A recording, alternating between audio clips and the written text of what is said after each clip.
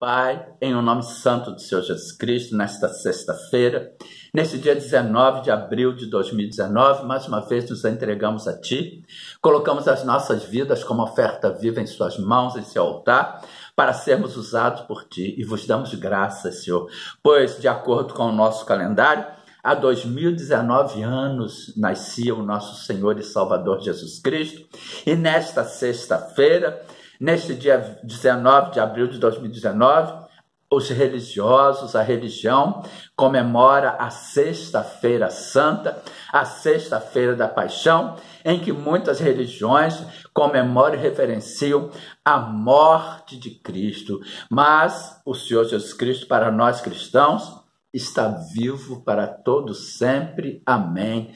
Nós reverenciamos ao Cristo vivo. Ele foi para aquela cruz do Calvário, sim. Ele morreu por nós. Ele foi ao inferno e tomou as chaves da morte, do inferno, das mãos do diabo, conforme está escrito em Apocalipse, capítulo 1, versículo 18. O que viu fui morto, mas eis aqui estou vivo para todos sempre. Amém? E tem as chaves da morte e do inferno.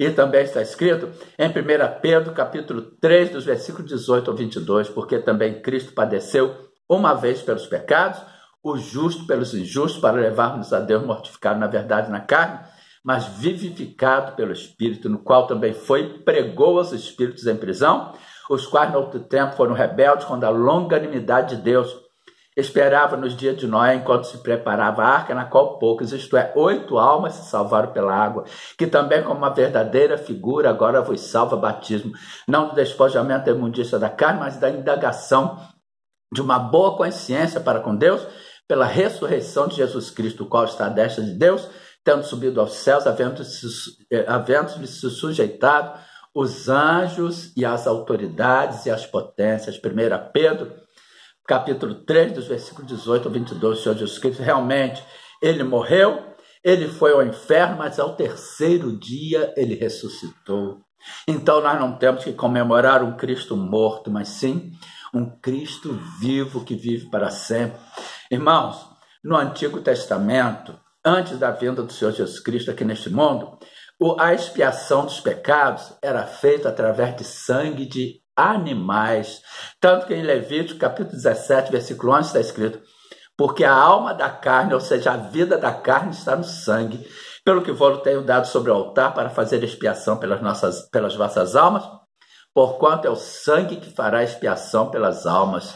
E também está escrito em Gênesis capítulo 9, versículo 4, a carne, porém, com sua vida, isto é, com seu sangue, não comereis. E o sangue de animais era usado era espargido, ou seja, era lançado, assim, era jogado sobre o espargir, era espargido, era derramado, borrifado para perdão dos pecados. Mas nós temos um sangue que nos comprou, um sangue do nosso Deus, do Filho de Deus, que desceu dos céus, se fez homem e com seu sangue comprou para Deus homens de toda a tribo, língua, povo e nação, e para o nosso Deus os fez reis e sacerdotes, e nós reinamos sobre a terra, conforme está escrito em Apocalipse, capítulo 5, versículos 9 e 10, e cantavam um novo cântico, dizendo: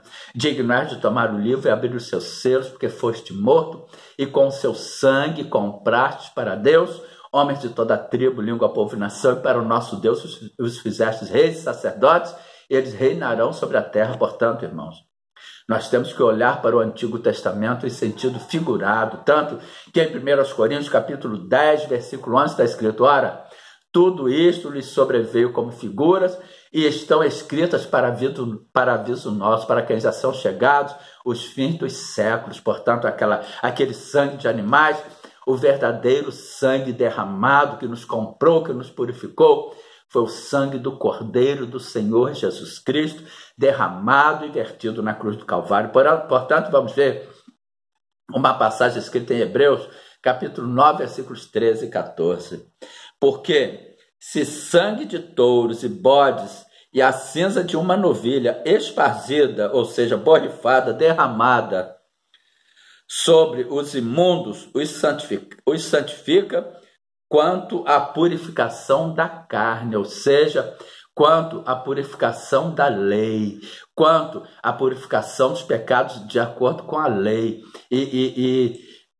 Em Romanos capítulo 10, versículo 5 está escrito, ora, Romanos capítulo 10, versículo 5, ora, Moisés descreve a justiça que é pela lei, dizendo, o homem que fizer estas coisas viverá por elas. Portanto, o homem tinha que cumprir a lei, e isso é uma ordenança da lei, que se espargisse, a pessoa pecasse, levaria animais, levaria rolinhas, pombinhos, e o sangue é espargido para o resgate, para expiação, para pagamento, para remissão, para resgate dos pecados.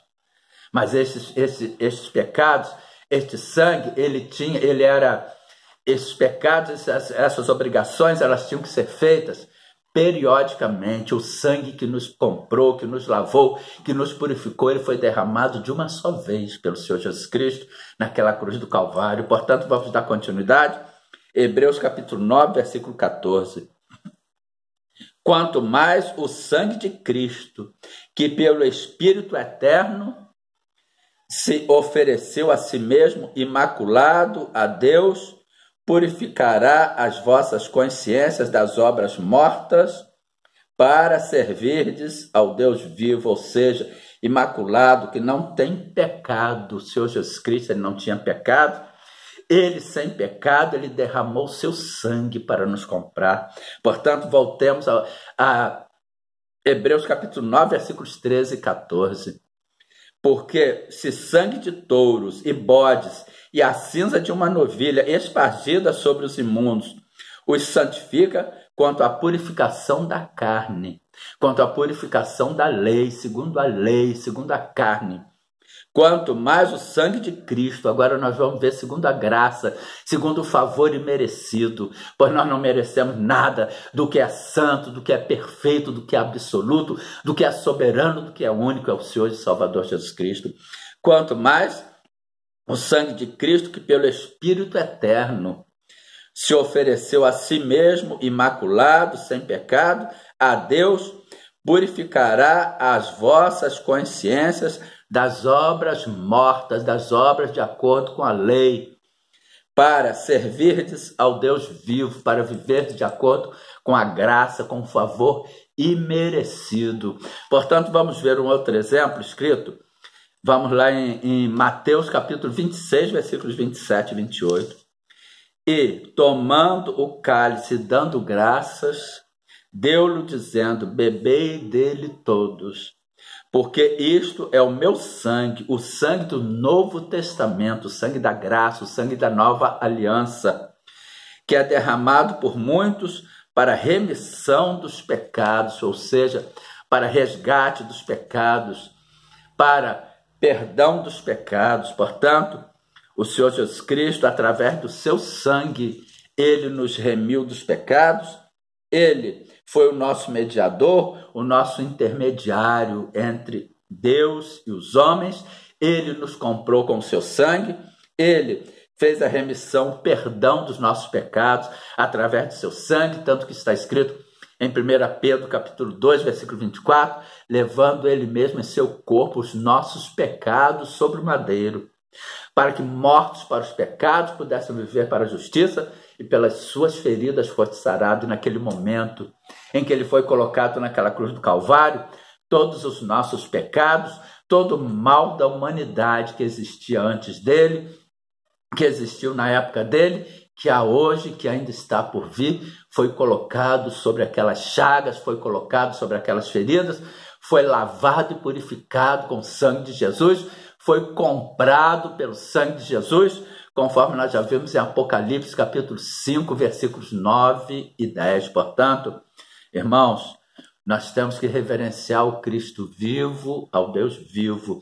Nós não temos que nos enveredar por religiosidades, mas nós temos que adorar aquele que vive para todo sempre. Amém.